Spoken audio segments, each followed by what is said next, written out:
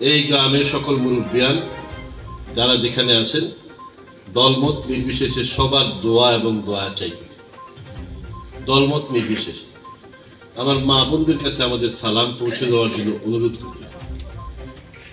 আমি এটা বুঝি যে আমি মনোনয়ন পাইলে আপনারা পান, ঠিক না? আমরা জিতে গেলে আপনারা জিতে যাবেন। ধানের শীষ জিতলে কারা জিতবে? কারা জিতবে বলেন? সুতরাং এই মানসিকতা নিয়েই আমরা কাজ করব। সম্মান ইজ্জত আপনাদের, ধানের শীষের ইজ্জত বাড়লে আপনাদের ইজ্জত বাড়বে।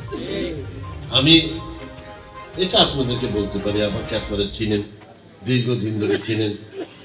আমি আপনাদের ক্ষতি করব না, সবাইকে নিরাপদে রাখবো। আমি আপনাদের ক্ষতি করব না, বুঝতে পারছেন? উপকার করার অক্লান্ত পরিশ্রম করব।